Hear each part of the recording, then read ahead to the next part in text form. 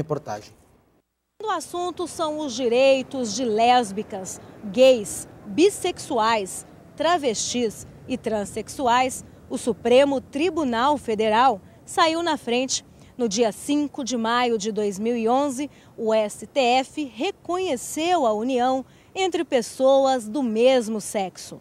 Mas se o STF saiu na frente, o Congresso Nacional parece estar parado em relação aos assuntos que envolvem os direitos LGBT. Aqui dentro, a grande maioria dos projetos de lei que trata dos direitos LGBT está arquivada. Um bom exemplo é o que acontece com o projeto de lei 122, que propõe criminalizar a homofobia. A ex-deputada Yara Bernardi apresentou o projeto na Câmara em maio de 2001. Foram necessários quase 5 anos para que os parlamentares votassem o projeto. Aprovado na Câmara, ele seguiu para o Senado. Mais 4 anos de esquecimento. Olha, eu não achava que fosse tanto, porque nós conseguimos construir a unanimidade na Câmara dos Deputados. E aí, quando foi para o Senado, é que as forças religiosas mais conservadoras se organizaram e barraram o projeto, até porque o número de senadores é menor. Até que em fevereiro de 2011, a senadora Marta Suplicy, logo após tomar posse, saiu em busca das 27 assinaturas necessárias para tirar da gaveta o projeto. O Legislativo, ele se acovardou, eu diria que ele se apequenou em relação ao tema, né? Na medida que as bancadas mais conservadoras foram sendo eleitas e tendo maior peso, os assuntos LGBT que se transformaram numa bandeira de algumas religiões sem nenhuma necessidade. A intensa troca de farpas entre os grupos favoráveis e contrários à proposta contribui para a demora na tramitação do projeto. Quem não integra nenhum grupo nem outro fica meio assim, em cima do muro. Mas essas pessoas não estão a fim de brigar, de se expor, de dar a cara ou de correr risco com o eleitor, porque não é a grande questão para elas. Numa conta rápida, o deputado Jean Willis acredita que existem pelo menos 10 projetos de leis que tratam do tema LGBT dentro do Congresso.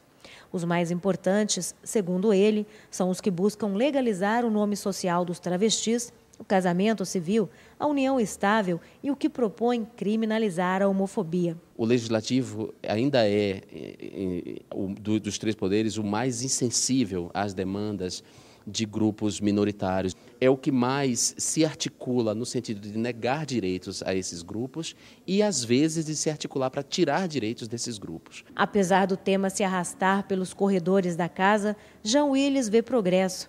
Para ele, a discussão por si só não deixa de ser um bom avanço.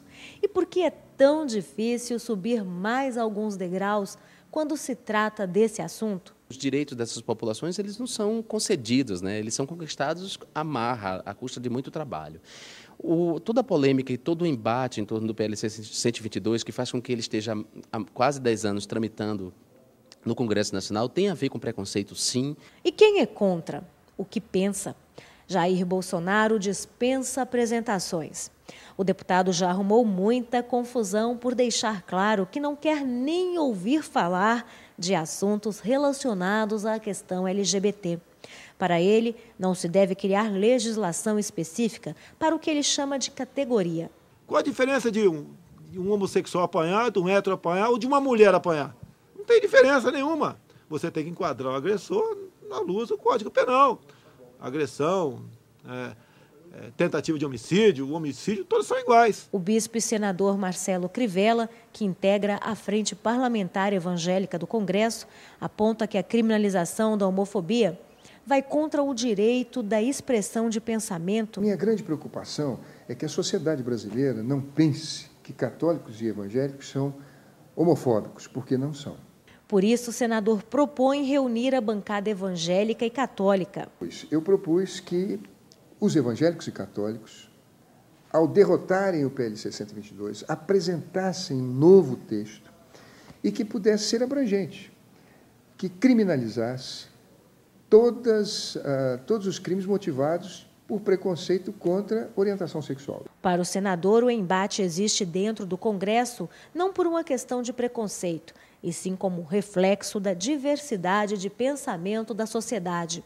É muito difícil que daqui não saia uma lei que esteja realmente de acordo com o que pensa a média dos brasileiros. Não vejo o Congresso como preconceituoso. A discussão segue acirrando ânimos, mas uma coisa é certa: é preciso cuidar para que situações como estas fiquem num passado cada vez mais distante. Doutora Berenice, está me ouvindo? Sim. Eu queria pedir a opinião da doutora Berenice de Porto Alegre. A gente tá ligado a ela pelo Skype. Eu não sei se ela está me ouvindo. Está me ouvindo, doutora? Estou ouvindo, sim. A senhora assistiu essa reportagem agora que a Daniela Paixão fez em Brasília? Assisti. Eu queria que você me desse a sua opinião. Por que esse tipo de projeto fica parado no Congresso? A insensibilidade do nosso legislador. Então, se questiona assim, por que o judiciário avança e o legislador não avança? Bom, é que no judiciário o fato atropela o juiz. Ou seja, se escancara na frente dele. Aparece na frente dele um casal de pessoas do mesmo sexo, que vivem junto. Foi o primeiro julgamento que teve aqui no Rio Grande do Sul, que foi o primeiro do Brasil, que eles viveram juntos durante 47 anos. Essa realidade não dá para o juiz não ver, dizer que isso não existe. E todo o patrimônio que foi adquirido durante esse período, em vez de ser entregue ao companheiro sobrevivente, que viveu uma vida junto, entregar para sobrinho, absolutamente distante e que discriminava o parente falecido. Mesma coisa com relação à adoção. Difícil o legislador, editar uma lei admitindo a adoção homossexual. Como é que a justiça não pôde recuar quando viu uma criança criada por duas pessoas do mesmo sexo, depois de 4, 5 anos de convivência, e que, bom, ou se registra essa criança no nome dos dois, ou essa criança fica excluída de direitos com relação a um deles. Então, o judiciário, essa ideia da justiça cega, eu sou absolutamente contrária a isso, acho que a justiça tem que ter os olhos bem abertos e enxergar essa realidade. Então, esses fatos chegam na frente do juiz, o juiz tem uma sensibilidade muito grande para reconhecer e fazer justiça, e ele não tem como não avançar nesse sentido. Então, a falta de lei não significa ausência de direito. É nesse espaço, diante da realidade posta, que a justiça acaba avançando. Vangi, você compartilha dessa opinião?